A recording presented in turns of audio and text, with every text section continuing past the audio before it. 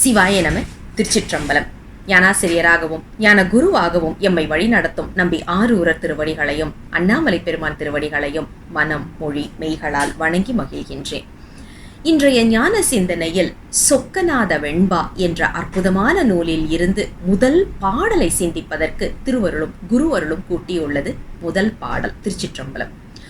ஆடரவும் சூழ் மதுரை அம்மானே, அன்பருடன் கூட விளையாடி வரும் கோமானே, நீடு புகழ் மென்மேலும் என் தனக்கு மேவியிட பொல்லாத என்மேல் வினை கெடுப்பாயே என்று இந்த முதல் பாடலை அமைத்து கொடுத்திருக்கின்றார்.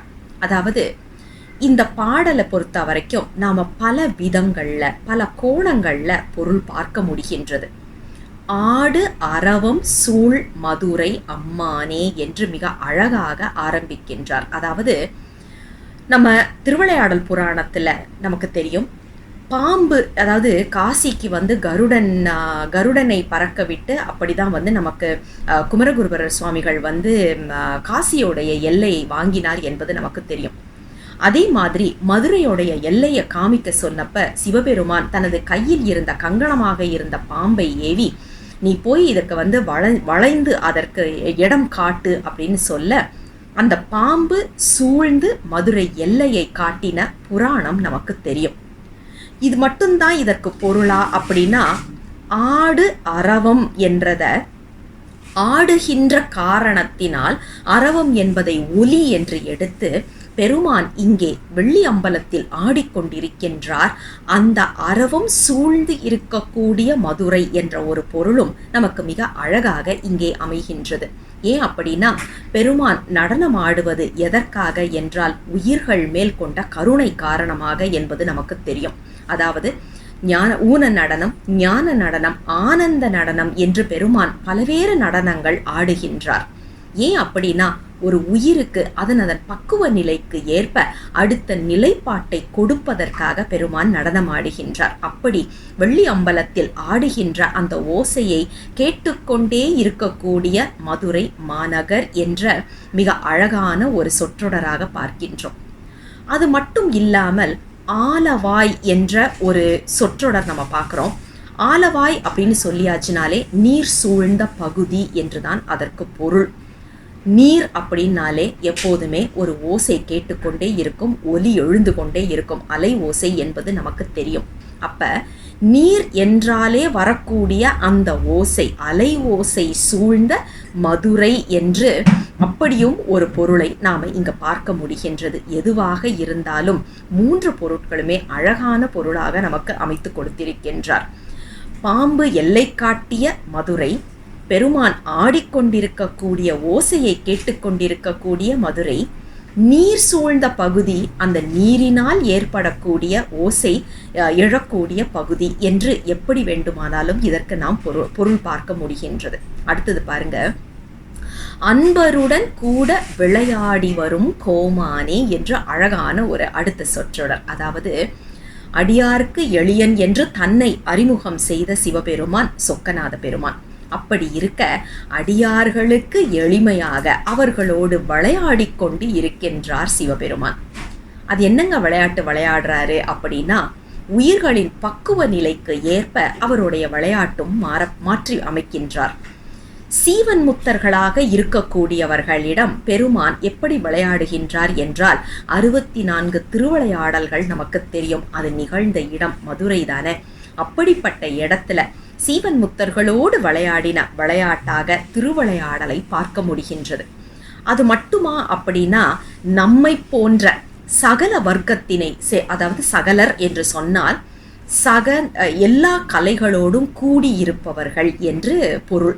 அப்ப நாம வந்து பாத்தீங்கன்னா மூன்றுமே, அதாவது நமக்கு மும்மலங்கள் இருக்கும் காரணத்தினால, முக்குண வசப்பட்டவர்கள் என்ற காரணத்தினால பெருமான் நம்மளோடும் விளையாடுறாரு. எப்படி விளையாடுறாருன்னா, நமக்குள்ளேயே ஒளிந்து இருந்து கொண்டு தன்னை வெளிக்காட்டாமல் அழகாக கண்ணாமூச்சி விளையாடி கொண்டு இருக்கின்றார். அது மட்டுமா அப்படின்னா, இன்னும் சிவநெறிக்கு வராதவர்கள், வழிபாட்டு நெறிக்கு வராதவர்கள், அவர்களும் அன்பர்கள் தானே. ஆனா நம்ம சொல்ற மாதிரி வருங்காலத்தில் வரக்கூடிய அன்பர்கள், அதாவது நாம் எல்லாத்தையுமே கடந்த காலம், நிகழ்காலம், எதிர்காலம்னு சொல்லுவோம் இல்லையா? இவங்கெல்லாம் எதிர்காலத்தில் வரக்கூடிய அடியார்கள், அன்பர்கள். அவர்களுடன் கூடுவதற்காக பெருமான் விளையாடி கொண்டு இருக்கின்றார், வினையை ஊட்டி விளையாடி கொண்டு இருக்கின்றார். அப்ப அன்பர்களோடு விளையாடி கொண்டிருக்கக்கூடிய பெருமான், அன்பருடன் கூட விளையாடி வரும் கோமான் என்று மிக அழகான சொற்றொடரை அமைத்து அடுத்தது பாருங்க, நீடு புகழ் மென்மேலும் எந்தனக்கு மேவியிட. அதாவது நீடு புகழ் எந்தனக்கு மேவியிட அப்படின்னா எது நமக்கு புகழ், எது நிரந்தரமான புகழ், எது நம்மை மேலும் மேலும் வளர்க்கக்கூடிய புகழ் அப்படின்னு பார்த்தா சிவனடியார் என்று சொல்லுவதுதான்.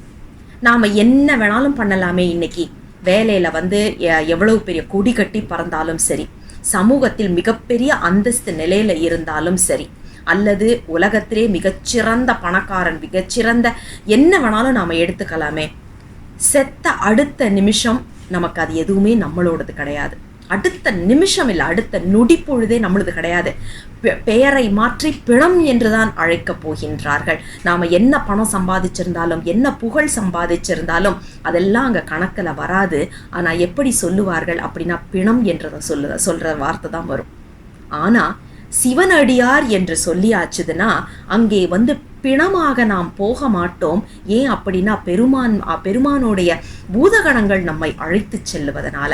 அதனால தான் பார்த்தீங்கன்னா நீடு புகழ் என்று சொல்லப்படுவது சிவன் அடியார், சிவன் அடிமை என்றது தான் நிரந்தரமான புகழ். அதனால தான் நம்பி ஆரூரர் சொல்லுவாரு, பண்டே மிக நான் செய்த பாக்கியத்தால் பரஞ்சோதி நின் நாமம் பயிலப் பெற்றேன் என்று சொல்லுவார்.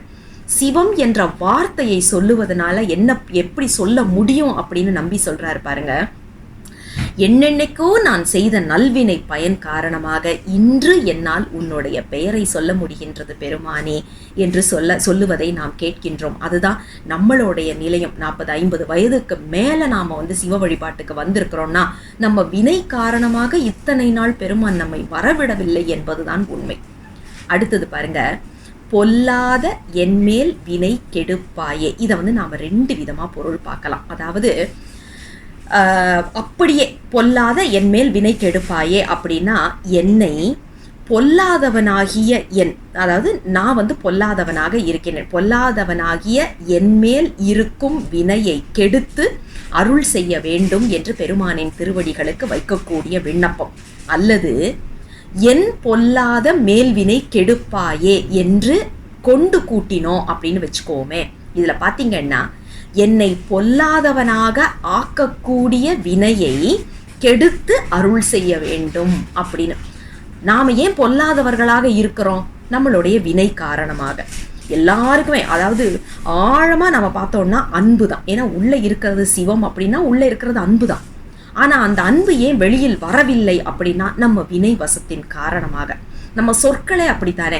யோசிச்சு பாருங்களேன், நம்மளுடைய சொற்கள் எங்க இருந்து வருது அப்படின்னா நமக்கும் சிவத்திற்கும் உள்ள நேரடி கனெக்ஷன், நேரடியான தொடர்பு எது அப்படின்னா நம்மளுடைய வாக்கு. நம்ம வாக்கு தத்துவம், அதாவது நாத தத்துவத்தின் மூலமாகத்தான் பெருமான் நம்மை இயக்குகின்றார்.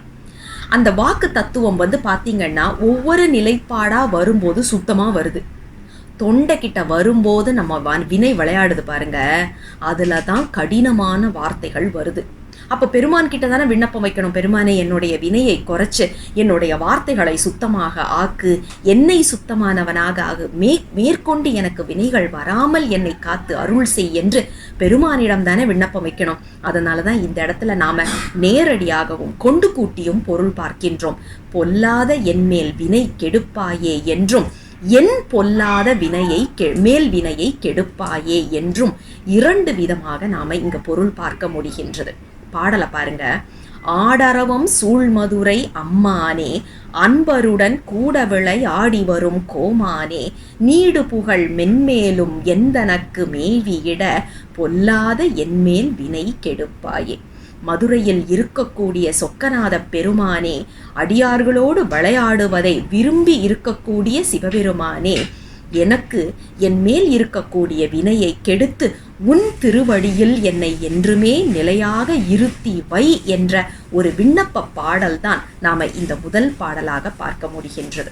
மீண்டும் அடுத்த பாடலோடு விரைவில் சந்திக்கின்றேன். தென்னாடுடைய சிவனே போற்றி, எந்நாட்டவர்க்கும் இறைவா போற்றி, அண்ணாமலை மண்ணா போற்றி, கண்ணார முதற்கடலே போற்றி. சிவசிவ திருச்சிற்றம்பலம்.